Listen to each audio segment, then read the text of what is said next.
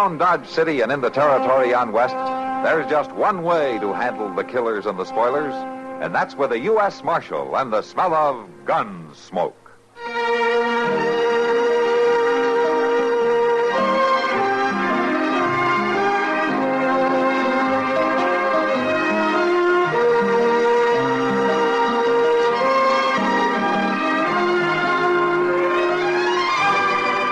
Gunsmoke, starring William Conrad, the story of the violence that moved west with young America, and the story of a man who moved with it. I'm that man, Matt Dillon, United States Marshal. The first man they look for and the last they want to meet. It's a chancy job, and it makes a man watchful and a little lonely.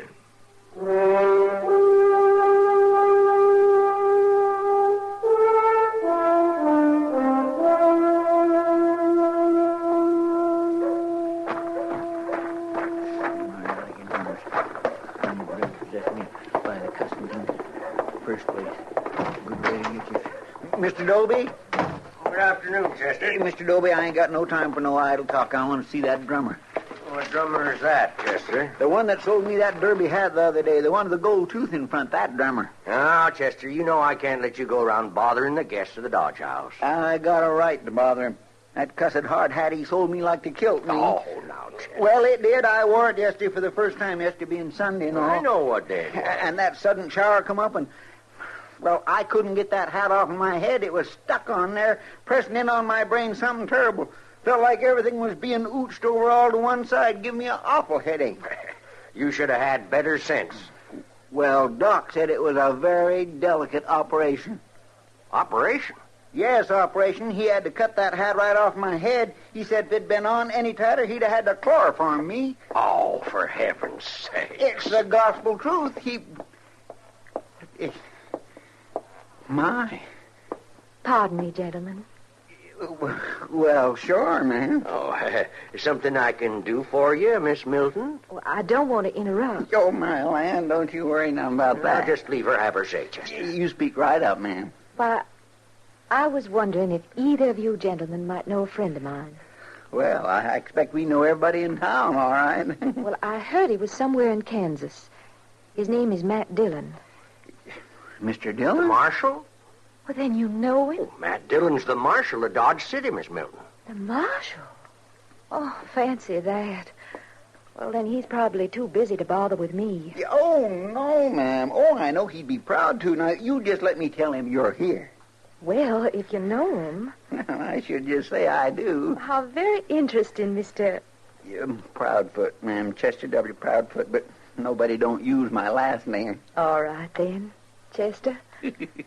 I wonder if you'd be so kind as to take a message to Mr. Dillon for me. Oh, you bet your boots, ma'am.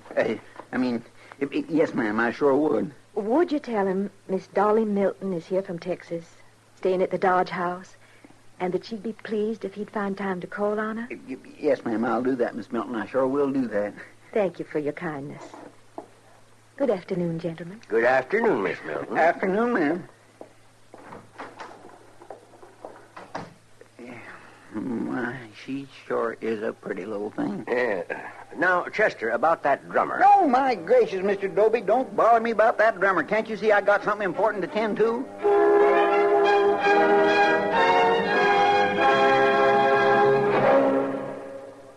Here, if you'll bear with me, is a quote from a speech rendered by that old political character, Elijah Cuddlestone.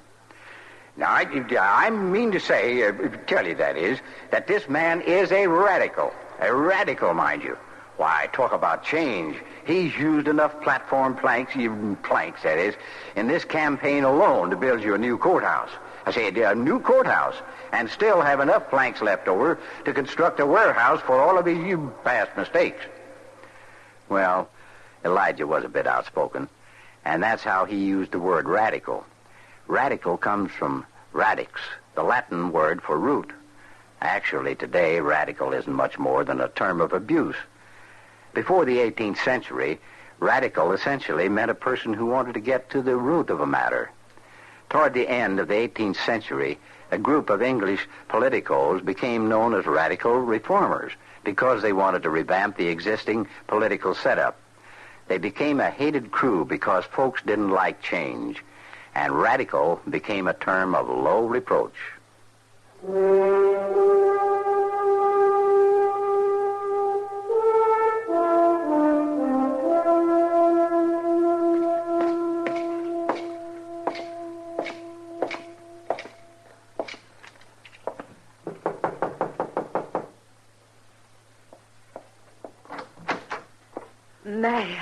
Matt Dillon. Hello, Dolly. How wonderful to see you again. Oh, it's good to see you, too. Oh, please, come in. Oh, thank you.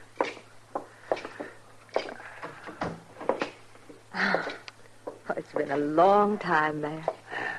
It has been a long time. Well, you look as though you've prospered. No, I get along. That's about all, though.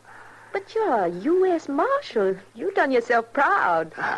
Just a job. Well, it agrees with you. I must say you're looking fine, Matt. I can say the same thing for you.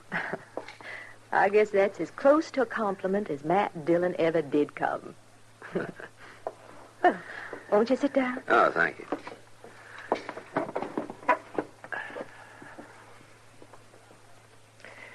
Well, what are you doing in Dodge? Oh, I don't know, Matt. I'm kind of restless. I guess I'm looking for another place to settle down. I thought you'd be married and settled down long before this. I am married, Matt. No? Well, I thought Chester said your name was Milton, same as he used to be. I won't use that man's name. That's your husband's? I don't acknowledge him as such. He's a cruel man, Matt, a brutal man. I had to run away. Oh, I'm sorry to hear that, Dolly. Is there anything I can do? You can be my friend. A woman can be mighty lonely, Matt. I always have been your friend. I guess I knew that. But thanks for saying it, Matt. Yeah. I still don't quite understand why you came to Dodge, though. Why not, Matt? Well, it isn't much of a town for a woman. How'd you think St. Louis would be much better for you if you're looking for a place to settle? Maybe I wanted to be near a friend. Maybe I wanted to know the marshal. Sure. Well... Matt, it's going to be wonderful being with you again. Knowing you're close by. I just hope I get to see a lot of you. Huh. Sure, Dolly. Sure.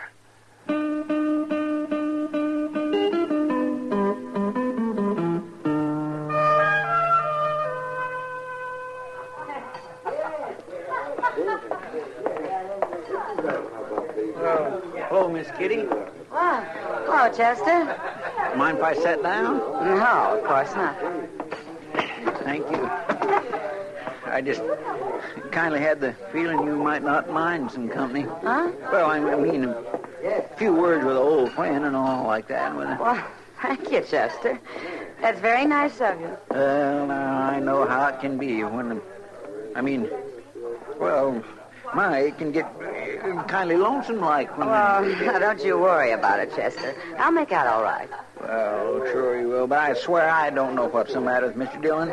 Oh, yeah, she's got a pretty face and all that. Well, there's nothing the matter with him except that he's a man. I guess you're right, but I sure do wish he... You sure wish he'd what, Chester? Hello, Kitty. Nothing, Mr. Dillon. Hello, Matt. Well, guess I better get on back to office. Oh, what's your hurry? I got a feeling there's something I forgot to do around there. Goodbye, Miss Kitty. Bye, Chester. You mind if I sit down? Go ahead. Well, you look about the same. You haven't changed much. Oh? What does that mean? Since I last saw you. Now, Kitty, it's only been 3 or 4 days. They tell me you've been busy. Yeah. She's very pretty. She's an old friend, Kitty. I'm sure she is. She's in some kind of trouble. I haven't been able to figure it out. It's something to do with a man. Is that a fact? Oh, now, Kitty. Well, no, it's your business, Matt. Of course. But I'd like to tell you something. What's that? I'm a pretty good judge of men, and I'm an awful good judge of women. And this woman, this Dolly, Well, Matt, I'll bet the last bottle in this saloon that she's not what she's pretending to be. Do you know her? I've seen her. That's an awful lot of whiskey to bet on somebody you never even talked to, isn't it? The bet still goes. But I guess you'll have to find out for yourself. Yeah, Kitty. I guess I will.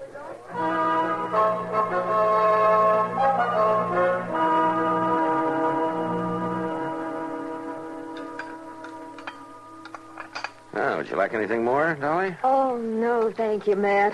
I had a great plenty. Some more coffee, maybe, huh? Oh, please. All right. You know, Delmonico's cooking isn't exactly fancy, but it keeps us alive. Oh, anyway. it's fine, just fine. And I can't tell you how much I enjoy being with you. I'm not very fancy either. No, but I don't have to be afraid of you, Matt. I don't scare many women. Some men do. Some men scare 'em and hurt 'em. Like your husband. Yes, like my husband. Oh, Matt, I can't bear to think of the terrible things. Well, you just better forget them. All men aren't like that, you know. Oh, I know. And you're a great comfort to me. Matt, you'd know if there were any strangers in town, wouldn't you? Well, I usually know. I know for sure if they get into any trouble. And you'd know about people moving near here, too, wouldn't you? Living out in the country. Yeah. You'd know where to find them, wouldn't you? Are you thinking that maybe your husband might follow you? Is that it? Well, I can never be sure. But you'd protect me, wouldn't you, Matt? You'd stand up against him. I'd have to know who he was first. I guess I ought to tell you. Forgive me, Matt. I had to be sure I could trust you. Oh, hello, Matt. Oh, Doc. Yeah, Miss Milton. Hello. Oh, well, I see you're just finished. Oh, we are, Doc, but you're welcome to sit down with us if you like. Please do. No, thanks. I think I'll just have a quick bite and turn in. A rough day? Well, it's been a messy day, Matt. I had to treat a badly injured woman out at the Meadows place. Meadows? Oh, what happened to her? And she fell off a ladder. She lost her baby, Matt. Smashed a couple of ribs, broke her arm, bruised from head to toe. It was a hard thing. Doctor, do they live near here? And this due west, a couple of miles. They're new. They haven't been there long. You need any help? No, I don't think. The husband says he can handle it by himself. He's one of these big independent cusses. He doesn't talk much, though. Yeah, well, I'll just sit down at that clean table over there. So good night, Miss Milton. Matt. Good night, Doctor. Go along, Doc. Matt, that's him. His name's Meadows. Rad Meadows. He's What? here. Oh, now, Dolly, take it easy. Maybe it's not the same man at all. This one's It got is a the wife. same man, Matt. And that woman, she's not his wife. She couldn't be. We're pretty far away to be sure. I am sure, and I'm sure something else. She didn't get hurt falling off of any ladder. He did it to her. Dolly, calm down. Look, I'll take a ride out there tomorrow and look things over. He should be stopped. He should be killed. He's a terrible man. Dolly. Matt, I'm frightened. Well, just don't worry about it. Huh? Look, I tell you what, you stay right in your room till I get back, and nothing will happen to you, huh? All right. Yeah, come on now, and I'll see you at your hotel.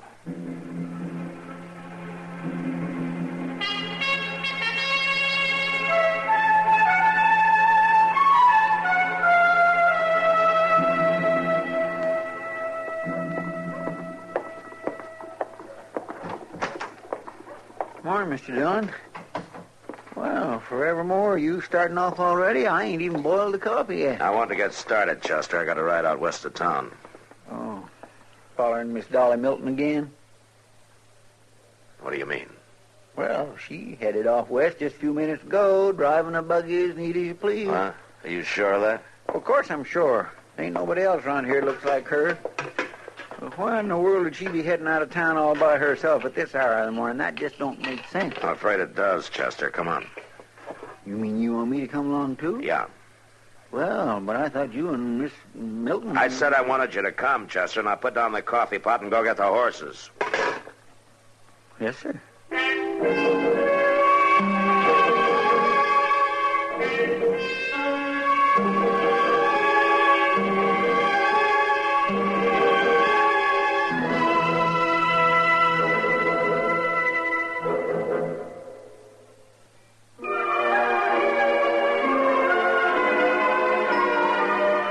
Hometowns in America have a lot in common, and yet they're each one of a kind. Take, for example, Condon, Oregon, and thereabouts. Each summer, the famous Pendleton Roundup lassos folks from Condon, Arlington, Fossil, and Hefner, and draws them closer together at rodeo time than they ever get to be the rest of the year. By the time the Condon Globe-Times has announced the event, the harvesting is done, the elevators have received the grain, and a quick shopping trip has been planned to the Dalles. It's summer in Condon, the county seat of Gilliam County, and the scent of wild lilac bushes and yellow roses is in the air. And there's going to be a rodeo. Some will take the family car, others will catch the train or Greyhound in Arlington, and everyone who wants to be where the dust is thick and the Broncos fight you all the way will be there, 'cause no one misses the Pendleton Roundup. Even the Columbia River Rapids run quicker. But if your hometown is Condon or thereabouts, you already know this. We only wanted to remind you, it's still there.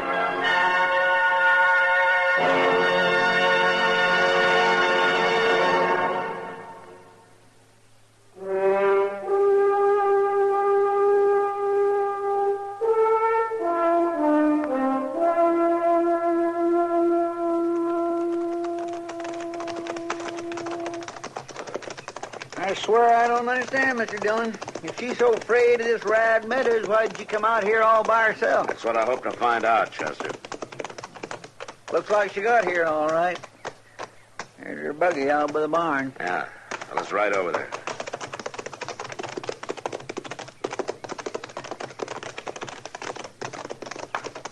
Red, I warned you a long time ago. No man walks out on me. See to the horses, Chester. Yes, sir. I couldn't let you marry me, no. But I can do this. Dolly. Dolly, put that gun down. I hope he's dead. Here, give me that gun. Give it to me. Chester. Yes, sir. Here. Here's her gun. Keep an eye on her while I see about Meadows. Yes, sir. Yeah. Meadows, can you hear me? Did you come with Dolly? I'm the U.S. Marshal from Dodge. Do me a favor, Marshal. Get Dolly out of here. Chester. Yes, sir. Take her out to the buggy. Come on, Dolly. I'm not going to stop trying, Rad. Not as long as you live with any woman but me, you hear? Next time I'll kill you. Come on, get moving, Dolly. I gotta get into the house. Gotta tell my wife I'm all right. Meadows. Huh? You never were married to Dolly, were you? No, Marshal. She liked to chase me all over Texas, but I never felt that way about her. And she never forgive me. Yeah, I see she didn't.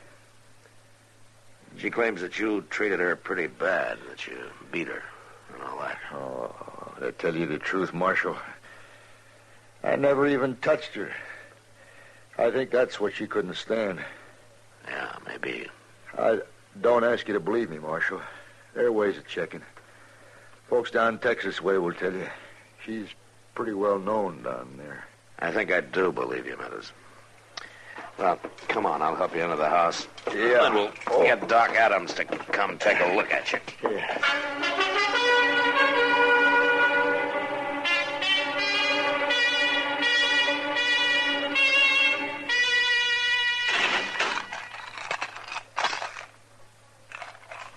Make you feel real proud, Matt?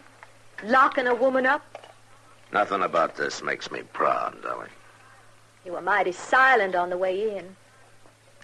I was just thinking. Thinking about how you were taken in by an old friend? Yeah, maybe. Well, you're lucky, Matt. When I first heard that Rad was up this way, I had in mind you might do my shooting for me. Well, I might not have been quite that obliging, Dolly. But once I found out just where he was, I wanted to do my own shooting. What are you going to do with me? I'm not going to do anything with you.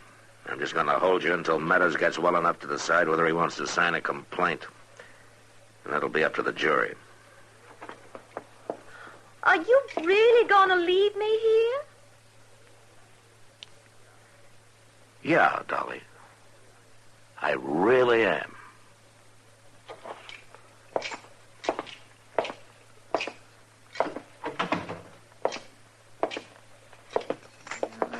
I'm sorry, Mr. Dillon. I know this must go kindly hard for you. No, that's all right, Chester. Such a pretty little thing to go gunning for a man. Yeah, she's pretty, all right. Well, good night, Chester. You going out someplace? Yeah. I lost a bet, Chester. To Kitty. It looks like I'm going to be supplying the whiskey for her saloon for quite a spell.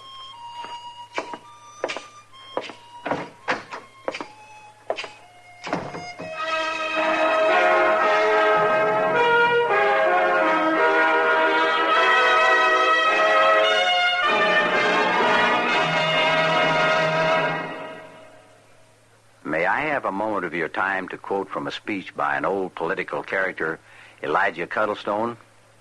Thank you. And so I say that my opponent is, he's a mugwump. Mugwump, that is. In 1936, I say, Albert J. Ingalls said, and I quote, a mugwump has his mug on one side of the political fence and his wump on the other. Ingalls said that. Yes. Well, that's a pretty good definition of what mugwump implies, but do you know where the expression originated? Mugwump was an Algonquin Indian word meaning great man or chief. The word first found political use in 1884 when there was a split in the Republican Party and a great many members refused to support James G. Blaine for president. Party regulars accused them of assuming a superior attitude and hurled such epithets as Pharisees and mugwumps at them. And that's how another political term was added to our language.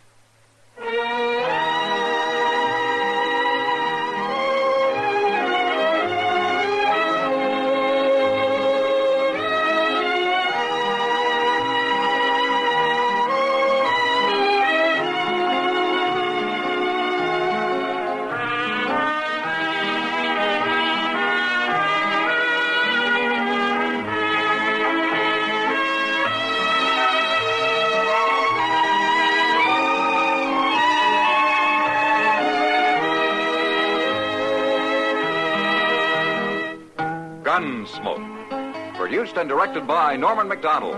Stars William Conrad as Matt Dillon, U.S. Marshal. Featured in the cast were Parley Bear as Chester, Howard McNear as Doc, and Georgia Ellis as Kitty. George Walsh speaking. Join us again next week for another specially transcribed story on Gunsmoke. This is the United States Armed Forces Radio and Television Service.